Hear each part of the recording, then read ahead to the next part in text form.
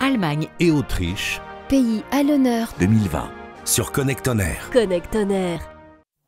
L'interview sur Connect On Air, depuis le Salon de la Radio. L'Allemagne est à l'honneur avec l'Autriche de ce Salon de la Radio, depuis la radio du Salon de la Radio. Valérie, nous recevons cet après-midi... Oh oui, tu as plus de micro, tu n'as plus de casque, voilà. Tu n'as plus rien. Merci Benjamin. ça va bien se passer. Dominique Wenger, donc de Zenon Média. Mais avant de parler de Zenon Média, bonjour. Vous avez organisé ce pavillon allemand et autrichien. Expliquez-nous. Comme il y avait effectivement l'Allemagne qui était à l'honneur, un pavillon Allemagne-Autriche, avec Philippe en tant qu'acteur. Philippe Chapeau, le directeur du salon. En tant qu'acteur effectivement actif depuis l'origine de Zenon Média dans les années 75 en Allemagne. J'ai fait le tour de mes collègues allemands pour aller un peu rameuter les troupes en disant qu'on va essayer effectivement de faire honneur au pavillon d'honneur avec une équipe cohérente effectivement et montrer tout ce qui est made in Germany, puisqu'en plus vous avez eu la bonne idée de mettre Audi juste à côté avec la voiture. Ça faisait effectivement la paire. Avec une très belle voiture qui plus est, une voiture connectée, électrique, avec le DAB+. Made in Germany. Made in Germany. Et donc l'industrie allemande pour la radio est assez conséquente. Le marché allemand au niveau radio, le marché radio en Allemagne est quand même le deuxième marché mondial en termes d'investissement. Donc c'est un marché qui est quand même très très puissant.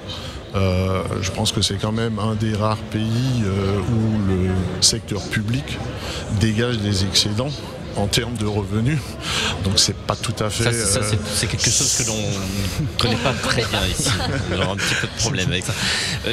Il y a combien de radios actuellement en Allemagne ? Combien, en tout cas, de groupes évidemment, vous parlez du service public, et à côté, il y a des radios privées. Il y a des radios privées. Alors, il y a des radios françaises qui sont venues s'installer en Allemagne. Il y a quelques transfuges. Énergie, notamment. Entre autres, oui. Il y a Lagardère également. Lagardère qui est présent, bien sûr.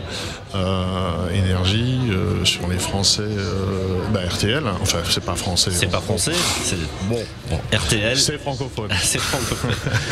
Mais disons en termes de radio, le marché est un peu différent sur le marché français, puisque la notion de syndication n'est pas autorisée. Donc en fait le marché est découpé en Länder, puisque chaque État sont indépendants.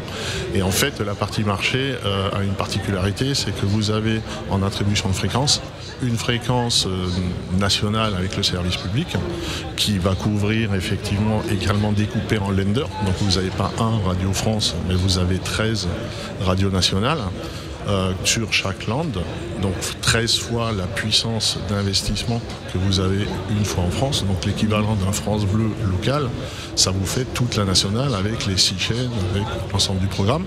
Vous allez avoir une chaîne régionale privée qui est en concurrence avec la chaîne nationale. Là, c'est une radio généraliste ? Ça va être une radio généraliste avec 2 ou 3 déclinaisons, donc une musicale pour couvrir tout le secteur. Donc typiquement, si vous faites référence à Énergie, vous allez retrouver du Énergie, du Nostalgie, donc pour couvrir tout le panel, du talk. Pour chaque région, une seule. Ça veut dire quoi ? Ça veut dire qu'il y a une radio musicale adulte, une radio musicale plutôt format CHR, et une jeune. Voilà, et une radio talk.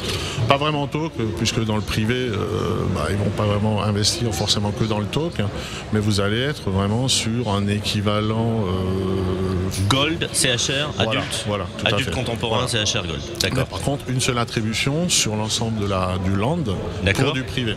D'accord. Donc il y a un acteur concurrentiel au service public unique. Ce qui fait que c'est pas la guerre au prix. Et à côté de ça, vous allez avoir des fréquences, des attributions locales qui, elles, vont effectivement très vraiment à la marge se regrouper, se recouper au niveau du secteur de diffusion. Donc en fait, on est sur des marchés qui sont très peu concurrentiels. Et ces radios locales, elles sont dans quel univers radiophonique? Elles sont plutôt des radios musicales? Là, ça va être plutôt du musical. Ouais. D'accord. Alors après, typé en fonction du plan de chacun. C'est-à-dire que dans une région, vous allez retrouver... On va avoir une radio rock, une radio gold, une radio top 50. Tout à fait. Et après, vous avez les grandes villes, comme on va prendre Énergie à Munich, qui va se retrouver avec 2-3 concurrents sur des secteurs, sur le secteur de Munich ou sur Hambourg ou sur Berlin. Mais en gros, vous n'allez pas vous retrouver avec une pléthore de fréquences où ça va être effectivement la guerre des prix pour arriver à se repositionner. Du coup, le marché il reste très, très compétitif et... En revanche, on ne peut pas, comme en France, arrêter un sondage national en disant voilà, la première radio d'Allemagne, c'est telle station. Ça n'existe pas. Ça n'existe pas. Comme première radio parlée. Comme nous avons France Inter, RTL ou Énergie dans le top 3, là-bas c'est compliqué, c'est impossible de faire ce type de classement. Il n'y en a aucun qui a une diffusion nationale. C'est impossible. La seule diffusion nationale qui existe, c'est la deuxième chaîne de télé allemande, la ZDF, qui fait une couverture nationale. Tous les autres ne peuvent pas, même pas le service public. Donc le service public que vous avez à Francfort, le Hessischer Rundfunk, ne couvre que le land du Hesse. Vous avez le Bayerischer Rundfunk, qui est service public, qui ne couvre que la Bavière. La radio qui a le plus d'auditeurs, elle a combien d'auditeurs en Allemagne ? Aucune idée. Alors là, c'est question piège. Est-ce que c'est une radio berlinoise ou plutôt ça va être là où vous avez le plus grand bassin de population, de toute façon. Donc après, effectivement, si vous tapez sur des villes comme Berlin, comme Munich ou comme Francfort, en tant qu'acteur privé ou public, vous avez forcément mécaniquement plus d'audience que si vous êtes dans... Vous prenez par exemple Brême, qui est un land à lui tout seul, vous avez une ville. Donc ils sont tout seuls, vous avez une attribution, voilà, donc effectivement en fonction du bassin... Mais une radio qui a 5 millions ou 6 millions d'auditeurs, ça n'existe pas.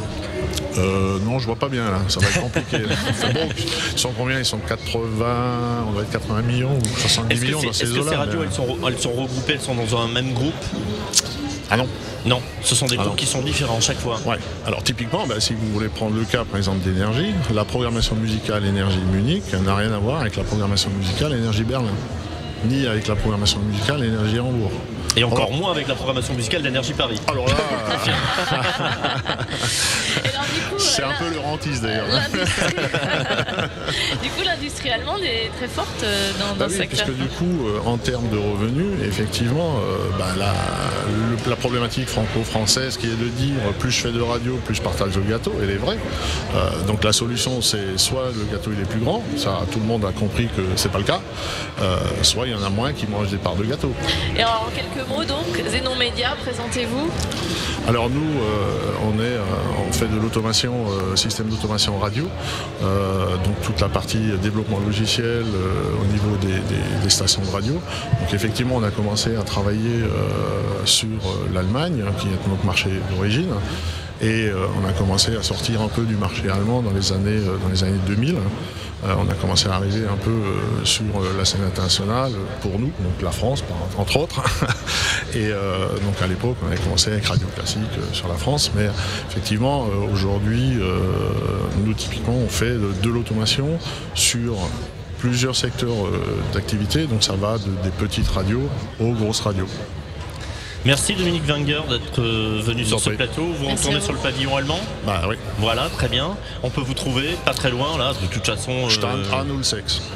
Oui, mais je suis d'accord avec vous. A06. Ah voilà, c'est le numéro du stand. C'est le numéro du stand. Je ne sais pas si ça a été traduit sur le stand en allemand, vraisemblablement d'ailleurs, non? On n'est pas en cyrillique en Allemagne, donc le A reste un A. Non, mais d'accord, mais il n'y a pas de. Vous n'avez pas mis un petit texte explicatif un gros machin, avec. Stand, il y a un gros logo, pavillon allemand. Voilà. Et... On peut vous trouver. Il y a les drapeaux partout. Il y a les drapeaux partout. D'accord. Les petites nappes bavaroises, la bière. Il y a la bière, il y a la bière allemande, à consommer avec modération. On ne sait pas s'il viendra d'ailleurs, donc s'il ne vient pas, c'est pas grave, on ira consommer sans lui. Lui, de toute façon, on ne le sert jamais. Vous avez raison. Merci d'être venu. C'est moi. Le salon de la radio et de l'audio digital. 3 jours pour découvrir toutes les nouveautés qui rythment l'ensemble du marché de la radio.